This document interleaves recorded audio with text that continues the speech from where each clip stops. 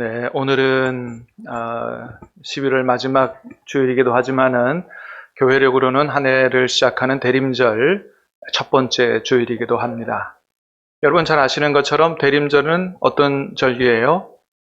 예수님의 초림인 성탄절을 기다리고 또 기다리는 게 있죠? 뭐예요?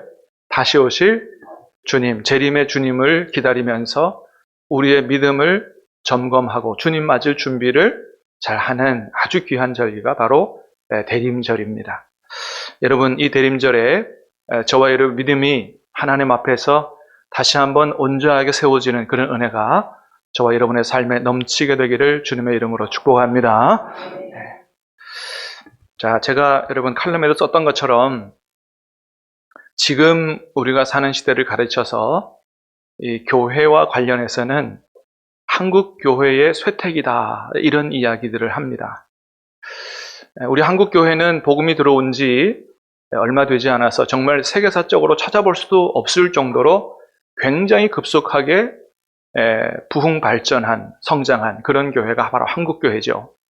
그래서 70년대, 80년대 하나님께서 우리 한국 교회에 큰 은혜를 부어주셔서 정말 세계 교회사적으로 찾아볼 수 없는 놀라운 부흥 성장의 기적을 이루었습니다. 그게 70년대, 80년대예요. 근데 참으로 안타깝게도 그것이 쭉 이어지지 못하고 90년대 들어오고 2000년대 초까지 교회 성장이 멈추는 정체의 일을 맞이하게 됩니다.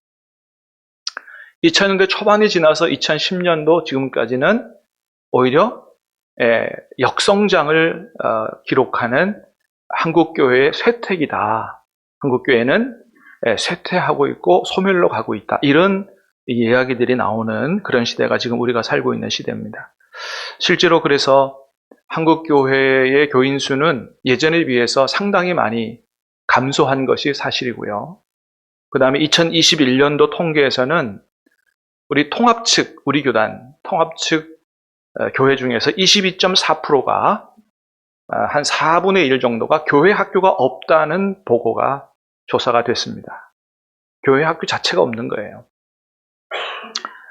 43%는 거의 절반에 가까운 숫자는 한국교회 중에 우리 교단 중에 43%는 아이들과 청소년이 전혀 없지는 않으나 너무 숫자가 적어서 교회 학교를 운영하지 않는다 하는 게 우리 교단의 절반에 가까운 숫자에 해당한다라고 하는 것입니다. 여러분 이렇게 한국교회 쇠퇴기라고 하는 요즘에 이 시대에 우리 한국교회의 모습이 참 어떻게 보면 굉장히 가슴 아프죠. 근데 이런 분위기의 모습은 우리 신암교회도 거의 피해갈 수 없는 이런 상황이다. 굉장히 가슴 아픈 현실이죠. 그렇게 놀랍게 부흥 성장하던 한국교회가 왜 이렇게 갑자기 침체되기 시작했느냐. 여러 가지 이유가 있을 것입니다. 거기에는 더 이상 아이들을 많이 낳지 않는 자연스러운 인구 절벽, 아이들이 없기 때문에 라고 하는 이런 시대적인 상황도 이유가 될 수 있겠고, 또 하나는 우리 부산처럼 젊은이들이 그저 대학 가거나 취직하거나 다 수도권으로 올라가서 지역에 사람들이 별로 없어서 줄어드는 것 때문에 교회 숫자가 감소하는 여러 가지 이유가 있겠습니다만은, 그러나 그럼에도 불구하고 그렇다고 해서 이런 이유 때문에 안 되고 저런 이유 때문에 안 되고 우리가 그렇게 이야기하면서 그냥 주저앉아 있을 수만은 없다라고 하는 것이죠. 사랑하는 여러분, 상황이 어떤지 간에 주님은 주님의 몸된 교회가 힘있게 활력있게 다시 일어서기를 원하시는 줄로 믿습니다. 그렇습니다. 그게 단지 우리의 소망만이 아니라는 거예요. 우리 신암교회가, 한국교회가 다시 힘을 얻고 흥왕하여 일어서는 것이 우리의 소망만이 아니고 이 교회의 주인 되시는 주님의 뜻이고 주님의 소망이다라고 하는 겁니다. 그걸 주님이 원하신다. 그래서 사실은 우리가 지금 하나님을 섬기는 이 시대적인 상황이 어렵다고도 하지만 한국교회가 지탄을 받고 호응을 받지 못하고 이런 환경 속에 있습니다만은 사실은 지금 우리보다도 하나님을 섬기는 더 어려운 시대가 많았습니다. 초대교회 시절은 초대교회 시절은 로마 제국이 이스라엘을 식민 통치하고 있는, 그래서 예수 믿는다는 것이 발각되면 잘못하면 목숨이 날아갈 수 있는 이런 상황 속에서도 주님은 초대교회 안에 함께 하시고 역사하셔서 놀랍게 흥왕하고 부흥성장하도록 주님이 역사하셨다라고 하는 것이죠. 초대교회를 그렇게 하나님께서 이끌어 가셨다라고 하는 겁니다. 사랑하는 여러분, 다시 한번 축복합니다. 우리 신암교회와 한국교회가 어떠한 어려운 상황이라도 다 극복하고 뛰어넘어 다시 한번 흥왕하여 일어설 수 있게 되기를 주님의 이름으로 축복합니다. 그렇게 우리 하나님은 어떤 분이시냐? 하나님의 백성들 안에서 새 역사를 이루어 가시는 분이시다. 모든 상황을 극복하고 새로운 역사를 열어갈 수 있도록 역사하시는 분이다 라고 하는 거예요. 그것이 오늘 우리가 읽은 말씀 가운데도 너무나 잘 나타나 있다라고 하는 겁니다.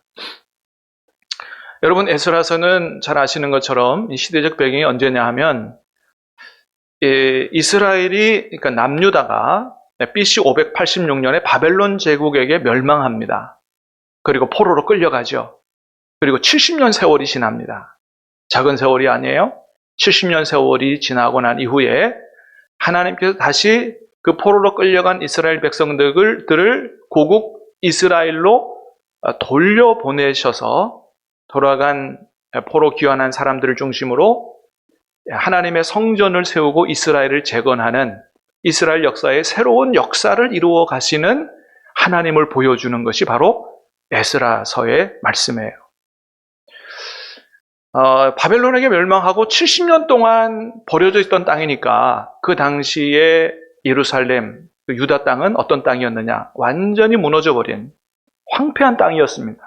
어디를 돌려봐도 소망이 없는 땅이에요. 미래가 안 보이는 절망의 땅이 바로 고국 예루살렘, 유다의 모습이었습니다. 그런데 하나님은 그런 이스라엘을 그냥 버려두지를 원치 않으시고 다시 일으켜 세우기를 원하셨다는 거예요. 할렐루야. 하나님은 하나님 백성들이 무너져 있기를 원하지 않으세요. 주저앉아 있기를 원하지 않으신다는 거예요. 다시 일으켜 세우기를 원하신다라고 하는 겁니다. 사랑하는 여러분, 하나님께서 우리 한국교회를 다시 일으켜 세우기를 원하시는 줄로 믿습니다. 우리 신암교회를 다시 일으켜 세우기를 원하시는 줄로 믿습니다. 하나님은 그런 분이시다. 에스라서가 그것을 잘 보여준다라고 하는 거예요. 자, 그러면 하나님이 무너진 이스라엘을 다시 일으켜 세우시는 새 역사를 이루어 가시는데 어떻게 이루어 가셨느냐? 자, 첫 번째는 약속하신 말씀을 그대로 이루심으로 새 역사를 이루어 가시더라. 약속하신 말씀을 이루심으로. 여러분, 오늘 1절 말씀을 다시 한번 보겠습니다. 1절 시작. 바사왕 고레스 원년에 여호와께서 예레미야 입을 통하여 하신 말씀을 이루게 하시려고 바사왕 고레스의 마음을 감동시키심에 그가 온 나라에 공포도 하고 조서도 내려 이르되. 오늘 본문의 배경이 바사왕 고레스 원년에 일어난 일이라고 보여줍니다. 바사라는 나라는 세계사적으로 페르시아를 가리키는 말이에요. 페르시아를 음력하면 이제 그래서 바사라 이렇게 했는데, 페르시아 제국의 고레스는 페르시아 제국을 건설한 초대 왕입니다. 그 왕이 다스리던 원년은 BC 538년 정도가 됩니다. 그러니까 오늘 본문의 사건이 역사적으로 실제로 있었던 일이라는 사실을 그대로 보여주는 거죠. 자, 이 고레스 왕, 페르시아 제국을 건설한 고레스 왕은 어떤 정책을 폈냐 하면 그 앞에 남유다를 멸망시킨 바벨론 제국하고는 다른 정책을 썼어요. 바벨론 제국 느부갓네살 왕은 자기들이 속국으로 삼은 나라의 종교와 신을 인정하지 않았습니다. 무조건 내가 세운 금신상에게 전하라. 우리나라가 섬기는 신에게 절하라. 그렇게 강압적인 정책을 썼죠. 그런데 그 바벨론을 정복한 페르시아의 고레스 왕은 정반대의 정책을 썼어요. 비록 자기들이 속국으로 삼은 나라지만 그들의 종교와 그들의 신을 다 인정해 줬어요. 그래서 유다 백성들에게도 뭐라 그랬냐면 너희는 이제 너희 나라로 돌아가서 너희가 섬기는 하나님을 위해서 성전을 재건하고 제사를 드리고 그리고 우리를 위해서도 기도해 주라. 그래서 모든 나라들이 자신들을 위해서 기도해 주는 것이 그게 오히려 복이라고 생각하고 다른 나라의 종교 신들을 포용하고 장려하는 이런 정책을 썼습니다. 그래서 고국으로 돌아가 하나님의 성전을 지어도 좋다는 조서를 내린 거죠. 고레스 왕의 정책이었어요. 그런데 여러분, 하나님 말씀에 보니까 이 페르시아 제국의 초대 왕인 고레스가 그런 정책을 표방하기 전에 이스라엘 백성들, 포로로 잡혀간 이스라엘 백성들이 고국으로 돌아오게 된다는 것을 누가 먼저 말씀을 하셨다? 하나님이 먼저 말씀을 하셨다는 거예요. 이게 예레미야 29장의 10절에 있는 말씀입니다. 다시 한번 보겠습니다. 시작. 여호와께서 이와 같이 말씀하시니라. 바벨론에서 70년이 차면 내가 너희를 돌보고 너희에게 성취하여 너희를 이곳으로 돌아오게 하리라. 아멘. 여호와께서 이같이 말씀하시니라. 뭐라고 말씀하셨다고요? 바벨론에서 포로로 끌려가서 70년이 차면 너희가 다시 고국으로 돌아오게 될 것이라. 내가 그것을 행할 것이라고 말씀을 하셨다는 거예요. 이 말씀은 예레미야서에서 기록되어 있는 말씀이기 때문에 언제 선포된 말씀이냐 하면 남유다가 바벨론에게 멸망할 때, 그때 선포된 말씀이에요. 그리고서는 몇 년이 흘렀다고요? 70년이 지나서 오늘 본문에서 누가? 고레스 왕이 유다 백성들에게 돌아가서 고국으로 돌아가서 하나님의 성전을 지으라고 고레스 왕이 얘기했는데 누가 70년 전에 먼저 말씀하셨다고요? 하나님이 70년 전에 먼저 그 말씀을 하셨다는 거예요. 할렐루야. 여러분, 하나님이 살아계신 줄 믿습니다. 우리 하나님이 온 세상을 통치하시는 만왕의 왕이요 만유의 주님이신 줄로 믿습니다. 그렇습니다. 그래서 여러분, 하나님은 이스라엘 백성의 앞날에 새로운 역사를 펼쳐가시는데 어떻게 행하셨냐면 첫 번째는 뭐예요? 70년 전에 하신 말씀을 그대로 이루심으로 말미암아 이스라엘 백성의 앞날에 새로운 역사를 이루어 가시더라라고 하는 거예요. 우리 하나님은 어떤 하나님이세요? 하신 말씀은 반드시 지키시는 분이요. 70년 아니 700년이 지나도 반드시 이루시는 분이신 줄로 믿습니다. 여러분, 요한계시록을 통해서 주님이 약속하신 말씀이 있어요. 뭐라고 말씀하셨어요? 내가 진실로 속히 오리라. 주님이 약속하신 말씀이에요. 여러분, 70년이 지나도 하신 말씀을 이루시는 하나님, 요한계시록을 주시면서 내가 진실로 속히 오리라고 하신 그 주님의 말씀도 반드시 이루어질 줄로 믿습니다. 여러분, 주님의 재림을 그냥 이렇게 추상적으로 생각하면 안 된다는 거예요. 주님이 하신 말씀이니 반드시 이루신다는 거예요. 여러분, 주님이 반드시 오실 줄로 믿습니다. 다시 오실 때는 어떤 모습으로 오신다고요? 악의 모습으로가 아니고 심판주의 모습으로 오신다는 거예요. 심판주의 모습으로 오신다. 다시 오실 때는 심판주의 모습으로 오신다고 말씀하셨으니 여러분, 우리가 어떻게 해야 돼요? 그 주님 만나기를 잘 준비해야 된다는 거예요. 그냥 있어서는 안 된다는 거예요. 준비해야 된다는 거예요. 이건 제 말이 아니에요. 주님이 친히 말씀하셨어요. 준비하라고 말씀하셨어요. 마태복음 24장입니다. 시작. 너희도 아는 바니 만일 집주인이 도둑이 어느 시각에 올 줄을 알았더라면 깨어있어 그 집을 뚫지 못하게 하였으리라. 이러므로 너희도 준비하고 있으라. 생각하지 않은 때에 인자가 오리라. 주님이 어떻게 오신다고 말씀하셨어요? 도둑같이 오리라. 도둑같이 오리라. 도둑은 얘기하고 와요? 생각하지 않은 때에 올 것이라는 거예요. 그러니까 언제 준비하라는 겁니까? 평소에 준비하라는 거예요. 평소에. 오늘 준비해야 된다는 거예요. 내일이 아니에요. 여러분 어떠세요? 오늘 주님이 오신다면 여러분 주님을 기쁨으로 만날 준비들이 다 되셨습니까? 네. 아멘. 자신 있게 할 수 있기를 축복합니다. 네. 그래야 되는 거죠. 여러분, 그래서 이번에 우리가 대림절에 특별 새벽 기도회 하는데 주제가 뭐냐 하면 내가 진실로 속히 오리라는 거예요. 이 주제로 해요. 주님이 속히 오셔서 심판주로 오시는데, 오셔서 행한 대로 상을 주시는데 어떤 사람은 칭찬받을 거예요. 어떤 사람은 책망받을 거예요. 그럼 어떻게 하면 우리가 주님이 원하시는 대로 주님 맞을 준비를 잘 할 수 있을까에 대한 주님이 가르쳐 주셨던 말씀을 들으려고 해요. 이건 우리가 생각하는 게 아니에요. 제가 이렇게 하면 주님을 잘 준비할 거다. 그게 아니에요. 주님이 말씀해 놓으셨어요. 어떻게 하면 주님을 제대로 맞을 준비를 할 수 있는가. 주님이 하신 말씀을 들으려고 합니다. 여러분, 우리 모두가 다 하나님의 말씀을 기대하고 참석할 수 있게 되기를 간절히 바랍니다. 선포되는 말씀을 통해 주의 음성을 들을 수 있기를 주님의 이름으로 축복합니다. 그렇습니다. 여러분 이 말씀을 믿으시기 바랍니다. 우리 하나님은 하신 말씀을 반드시 이루시는 분인데 내가 진실로 속히 오리라고 말씀하셨어요. 이 이루시는 이 하신 말씀을 반드시 이루신다고 믿는 이 말씀을 믿는다고 하면 믿는 저와 여러분의 인생에 우리 교회에 주님은 새로운 역사를 이루어 가실 줄로 믿습니다. 두 번째는 사람들의 마음을 감동시킴으로 새로운 역사를 이루어 가시더라. 사람들의 마음을 감동시키심으로 첫 번째는 누구 마음을 감동시키셨냐 하면 고레스 왕의 마음이죠. 1절 말씀을 다시 보겠습니다. 시작. 바사왕 고레스 원년에 여호와께서 예레미야의 입을 통하여 하신 말씀을 이루게 하시려고 바사왕 고레스의 마음을 감동시키심에 그가 온 나라에 공포도 하고 조세도 내려 이르되. 누구의 마음을 감동시키셨다고요? 고레스, 페르시아 유대인 아닙니다. 미안하지만 하나님 섬기는 백성 아니에요. 예. 근데 그를 통해서 그의 마음을 감동시켜서 하나님의 뜻을 이루시더라. 우리 하나님이 어떤 분 하나님이신 걸 보여줘요?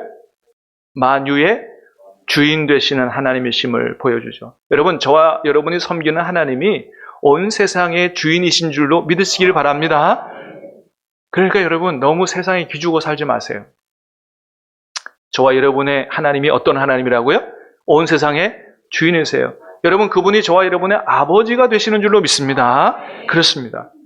그러니까 내 뒤에는 누가 있어요? 어떤 백이 있어요? 온 세상의 주인 되신 하나님의 백이 있어요. 믿으시기를 바랍니다. 그러므로 여러분 세상에 너무 기죽지 말고 너무 세상에 잘 보이려고 하지 말고 여러분 하나님의 뜻대로 믿음으로 당당하게 담대하게 사시기를 주님의 이름으로 축복합니다. 2절을 보니까 고레스도 이렇게 얘기했어요. 2절입니다. 시작. 바사왕 고레스는 말하노니 하늘의 하나님 여호와께서 세상 모든 나라를 내게 주셨고 세상 모든 나라를 누가 주셨다고요? 하나님이 주셨다는 거예요. 고레스의 고백이에요. 3절도 볼까요? 시작. 이스라엘의 하나님은 참신이시라. 고레스가 얘기해요. 이스라엘의 하나님이 참신이래요. 뒤에는 생략했지만 뒤에 보니까 그는 예루살렘에 계신 하나님이시라 이랬어요. 근데 여러분 하나님이 예루살렘에만 계신 하나님이에요? 온 세상에 어디든지 다 계시는 줄로 믿습니다. 사실은 고레스는 하나님에 대한 지식이 한계가 있었어요. 잘 몰랐어요. 그럼에도 불구하고 하나님이 어떤 하나님을 인정해요? 참신이심을 인정해요. 여러분 참신이다. 여러분 고레스의 마음을 감동해서 이런 고백도 하게 하고 유다 백성도 돌려보내는 하나님이 기뻐하시는 일이면 누구를 통해서도 무슨 방법을 통해서도 이를 이루시는 하나님. 여러분 하나님이 마음만 잡수시면 저와 여러분을 누구를 통해서도 도울 수 있다는 사실을 믿으시기를 바랍니다. 우리에게 필요한 것 무엇을 통해서라도 여러분 공급해 주시고 도와주실 수 있는 분임을 믿으시기를 바랍니다. 믿음으로 기도로 당당하게 그게 살아야 된다라고 하는 거죠. 그렇게 고레스의 마음을 감동하신 하나님은 이제 이스라엘 백성들의 마음도 감동하세요. 5절에 보니까 그랬어요. 시작. 이에 유다와 베냐민 족장들과 제사장들과 레위 사람들과 그 마음이 하나님께 감동을 받고 올라가서 여호와의 성전을 건축하고자 하는 자가 다 일어나니. 그렇습니다. 여러분 여기서 우리는 뭘 알 수 있어요? 우리 하나님은 어떻게 일하시는 분이다. 우리를 어떻게 해서 강제로 어떻게 해서 일하시는 분이 아니라는 거예요. 하나님은 우리를 통해서 하나님의 일을 이루실 때 우리를 강제로 어떻게 안 하시는 분이라는 거예요. 어떻게 하시는 분이라고요? 감동하셔서 우리로 하여금 감동케 하셔서 일하시는 분이 하나님이시라는 거예요. 여러분 그렇습니다. 빌립보서 2장에서도 그래서 뭐라 그러세요? 빌립보서 2장에서 시작. 너희 안에 행하시는 이는 하나님 신이 자기의 깊으신 뜻을 위하여 너희에게 소원을 두고 행하게 하신다 그랬습니다. 우리의 마음을 감동하시고 우리의 마음에 거룩한 소원을 두셔서 열망을 가지고 마음을 가지고 일할 수 있도록 하시는 하나님이 일하시는 방법이라고 하는 겁니다. 여러분 그러므로 여러분 마음에 뭔가 하나님이 기뻐하실 만한 마음의 감동과 소원이 오거든 그거는 하나님께서 주시는 것인 줄로 믿고 그 감동하심에 순종할 수 있기를 주님의 이름으로 축복합니다. 그런 사람들을 통해서 하나님은 새 역사를 이루어 가신다는 거예요. 여러분 하나님께서 우리 신암교회 앞날을 새롭게 열어가시는 일에 어떤 사람을 쓰시느냐? 하나님이 감동하시고 거룩한 소원을 주신 그 말씀과 은혜에 순종하는 반응하는 사람들을 통해서 이루어 가신다는 것입니다. 그렇습니다. 여러분, 하나님이 우리 교회를 축복하시기를 원하시는 줄로 믿습니다. 신함교회, 흥황하는 교회로 하나님이 멋지게 들어쓰시기를 원하시는 줄로 믿습니다. 만일 여러분의 마음속에 우리 교회 앞날이 걱정되고 내가 뭔가 우리 교회를 위해서 뭔가를 해야 되겠다는 마음이 일어나거든 성령께서 주시는 감동인 줄 믿고 아멘으로 순종할 수 있기를 주님의 이름으로 축복합니다.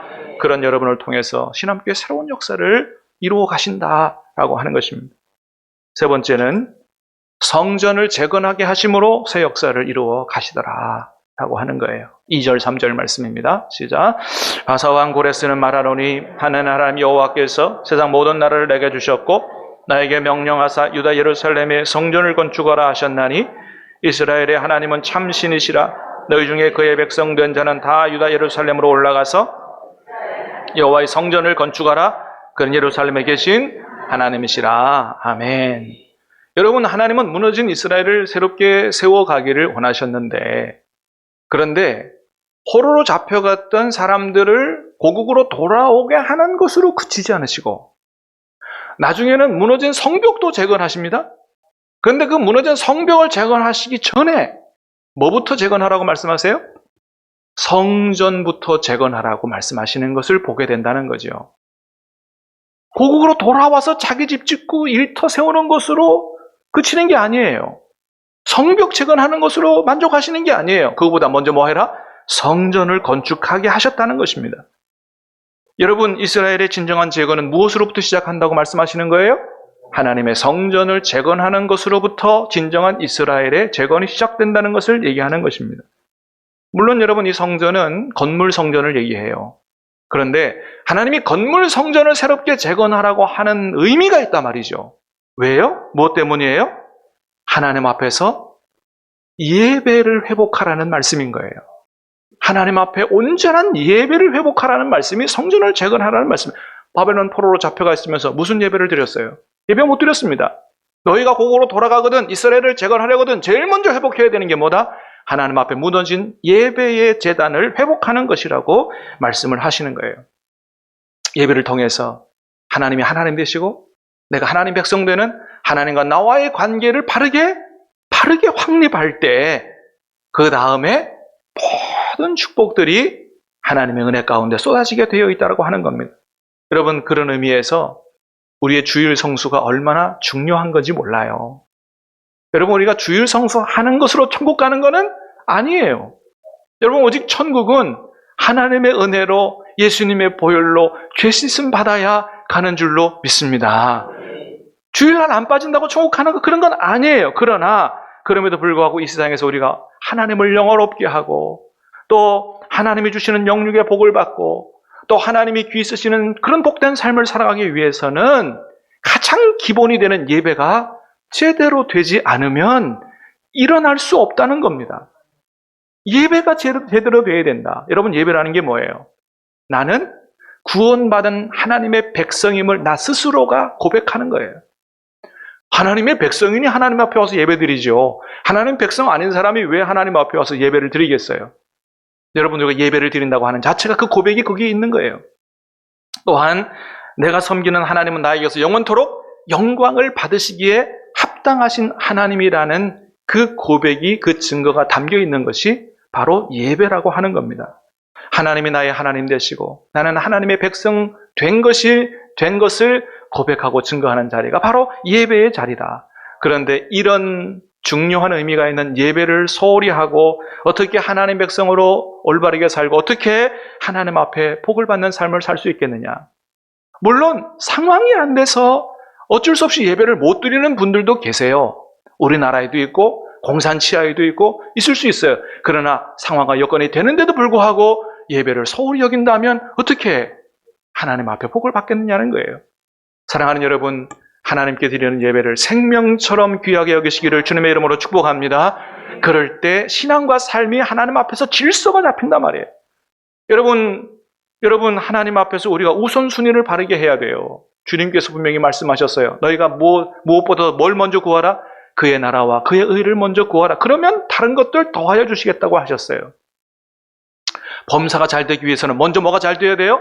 영혼이 잘 돼야 범사가 잘 된다고 우선순위가 있는 거예요. 질서가 있는 거예요. 사랑하는 여러분, 만 가지 복이 우리 다 하나님께 있는 줄로 믿습니다. 우리가 예배를 통해서 만복의 근원 되신 하나님과의 관계를 바르게 할 때 우리의 삶에 필요한 영육의 모든 축복이 우리 가운데 풍성히 임하게 된다고 하는 거예요. 그렇기 때문에 예배가 무너지면 영혼이 무너지고, 영혼이 무너지면 삶이 무너지고, 교회도 무너지게 된다라고 하는 것입니다. 여러분, 한때 세계의 축복의 통로가 됐던 유럽 교회, 그 영광의 유럽 교회가 왜 저렇게 무너지게 됐는가를 잘 기억해야 됩니다. 왜 유럽 교회가 그렇게 건물 잘 지어놓고도 무너졌느냐? 하나님 앞에 드리는 예배를 소홀히 여겼기 때문이에요. 한 번 빠지고 두 번 빠지고 그러다 안 나가게 되고, 그러니까 건물만 남은 것입니다. 여러분, 그러므로 우리 영혼이 살고 복을 받고 교회가 바르게 세워지는 길은 예배를 회복하는 것으로부터 시작하는 줄로 믿습니다. 잊어버려서는 안 된다는 거예요. 그래서 주님이 포로 귀환시키자마자 제일 먼저 하게 하신 것이 뭐라고요? 성전을 재건하라고 하신 겁니다. 여러분, 예배 드리기 위해서 건물 성전도 중요해요. 건물 성전도 잘 준비하는 게 중요해요. 화려하게 지을 필요는 없어요. 그러나 건물 성전도 되게 중요합니다. 우리 교회 건물도 오래돼서 구석구석에 낡았어요. 교회 재정이 자꾸 줄어들어 큰 액수를 투자해서 새롭게 단장하기는 쉽지가 않아요. 만일 여러분 교회 건물을 보면서 뭔가 하나님 주시는 감동이 있으시다면 여러분 하나님의 감동에 순종해서 헌금하시기 바랍니다. 그래서 교회 성전을 새롭게 하고 예배를 세우고자 하는 여러분들에게 여러분의 헌신을 기뻐 받으시고 하나님이 반드시 복을 주실 줄로 믿습니다. 주님의 다시 오심을 기다리며 준비하는 대림절입니다. 무엇보다도 예배와 기도에 힘쓰고 주님과 친밀한 교제를 회복할 수 있게 되기를 바라고, 하나님의 감동하심에 순종함으로 교회 앞날을 세워가는 일에 귀하게 쓰임받는 저와 여러분 모두가 될 수 있기를 우리 예수님의 이름으로 축복합니다. 우리 찬양하겠습니다.